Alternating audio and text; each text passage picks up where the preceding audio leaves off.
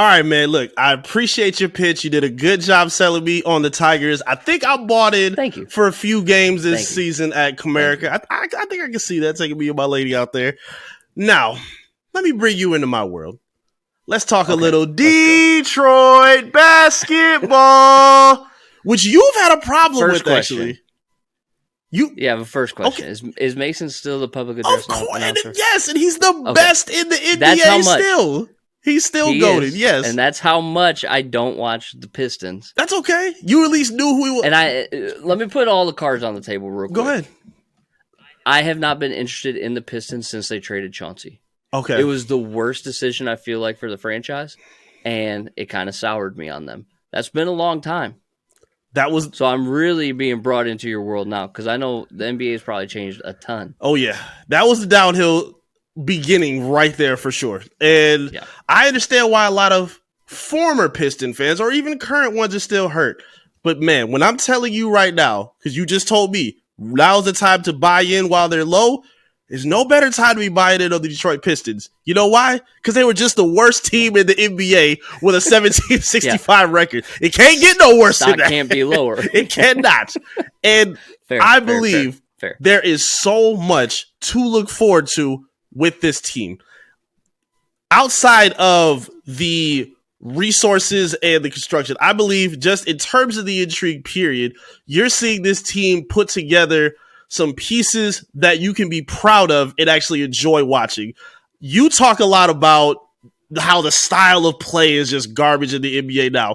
I feel like the Pistons, even though they're not a great team, they can do some sloppy stuff. They don't do a whole lot of the things that bother you. You don't see a whole lot of flopping by the Detroit Pistons. You see them still play with that gritty bad boy attitude that Jalen Duren has. Like you see that a lot with this team. And for me, that's what I like. This roster is stacked, not just literally, I believe stacked with stars.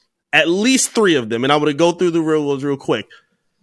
Jalen Duren, who we just drafted last season, I think has absolute star potential.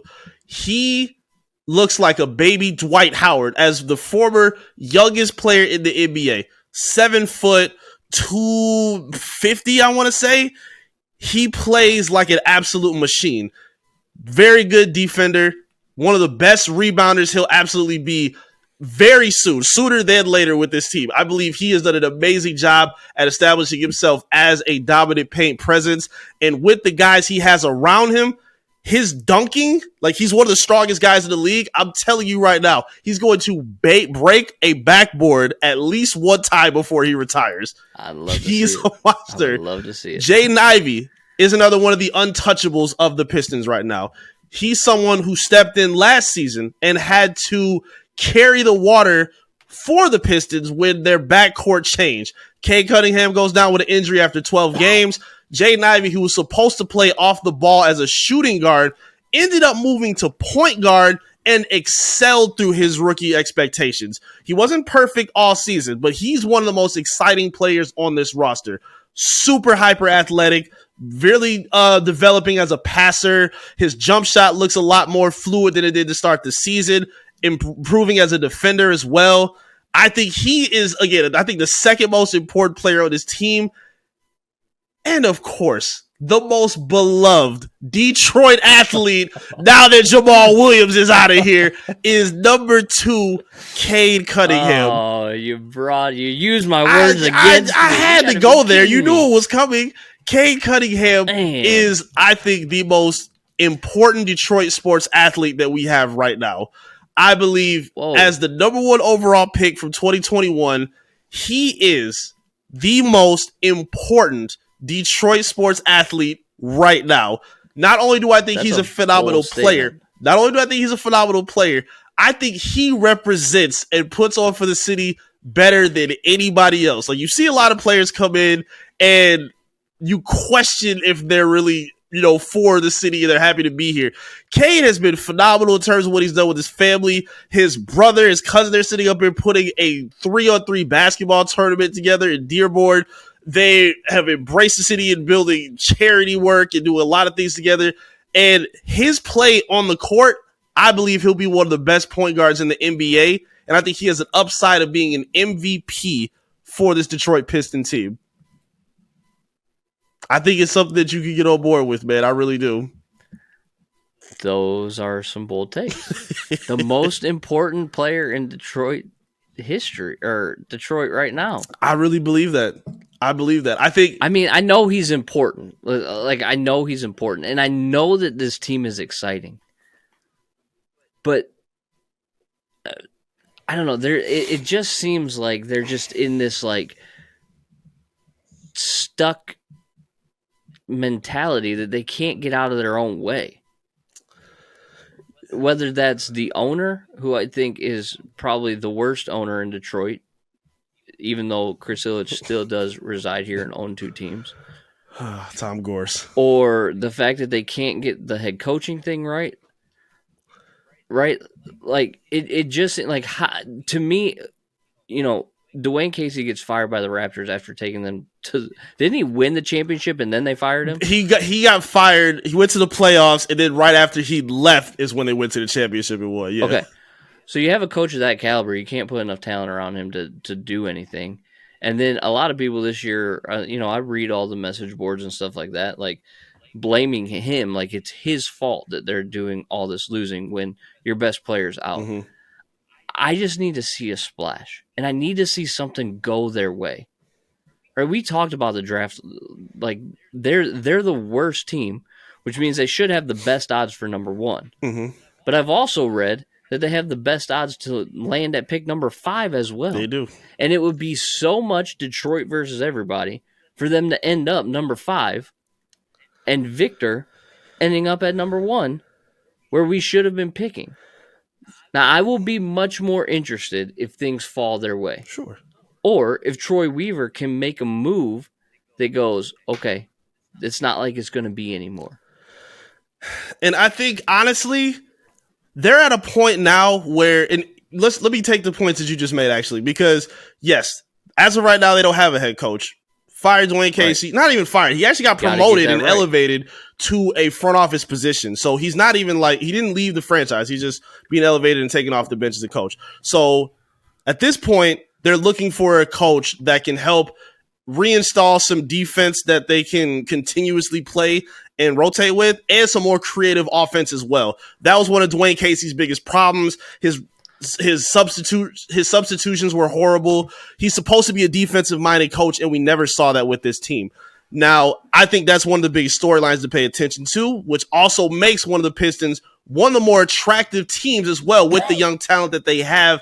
Also, Milwaukee Bucks, with the recent, they just fired their coach. They just did. Budenholzer's out of here, and that could play a role as they were just interviewing Charles Lee, who's their assistant. So that's something to keep an eye on. But at the same time, you just talked about the draft pick that they could have, where it could be anywhere from 1 to 5. So you could be getting a generational guy like Victor Wembanyama.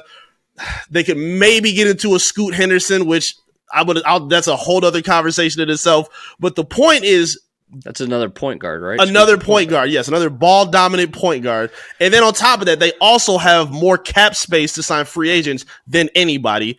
But the Pistons at this point, while they could make a splash by drafting someone like Victor Wembanyama, they're at a point where the foundation pieces that they have, you're waiting for those guys to take that next step and that next jump.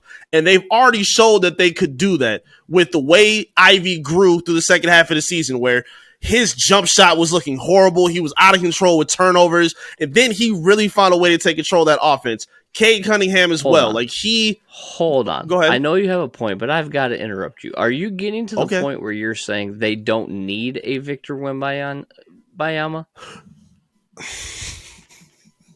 Because if you're saying that, I know you're crazy. They could use a Victor Wembanyama for sure. Do they need him? No, I'm not going to say that. No, they don't need Victor Wembanyama. No, I'm not going to go there. You just said it would be the most Detroit versus everybody thing for them not to get that pick. You're 100% right. So I already got my expectations low. I'm ready for them to get number 4. And honestly, based on what they need, that doesn't bother me too much. Because the draft picks that they have coming up is a lot of 3-and-D guys that are shooters and defenders and fit the mold for what they need. again, they could certainly use a 7'3" monster who plays like Kevin Durant, of course.